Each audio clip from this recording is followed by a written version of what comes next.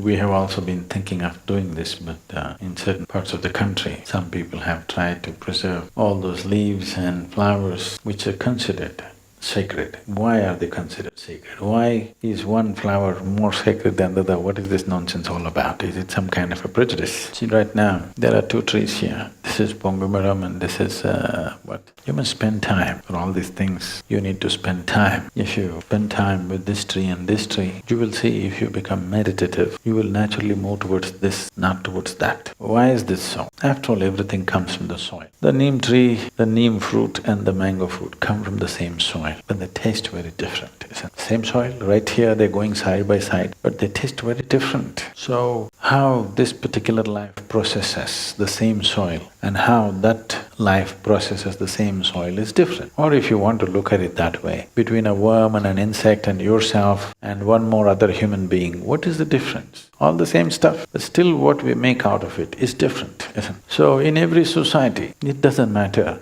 in how many ways you try to level societies and people will stick out. People with certain kinds of talents will stick out, people with certain kinds of capability will stick out. You can't put them down, isn't it? Do what you want. Some people will stand out, some people will become part of the scenery. This is bound to happen. Similarly, among other lives also it is true. So with the plant life. So, people who are spiritually oriented, who are constantly looking for support in every possible way, because when you're on a long journey, and particularly if the terrain is unknown to you, the terrain is absolutely new to you, you would like to use every little support on the way. You will see, if you're going up a mountain, if you're climbing Mount Everest, suppose you're carrying one little thread, you don't want to lose that thread, you want to keep it because you do not know when this little thread will become useful. If you're in a city, you can throw it and go. But you're on that kind of terrain which is unknown to you, you don't want to throw away a single piece of thread because you don't know how it'll be useful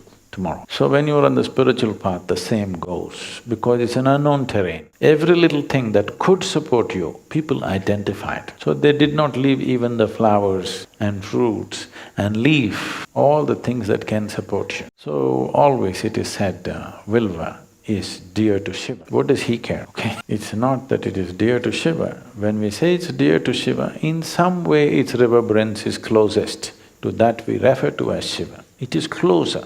It is in the direction. Like this, we have identified many things, not just one particular leaf. We have identified many things, and only those things are offered because they become your means to get in touch. You're not going to leave the leaf with him. You put it there and then you take it with you, isn't it? Because this particular leaf has the highest capability to absorb that reverberance, and it's for you to pick it up and go. There are many materials like this, which are all recognized sacred tools that people are using. You need to understand this. This is not about gods, this is about you and your ability to access something. Suppose you can try this, you experiment like this. Go into Dhyana Linga, okay?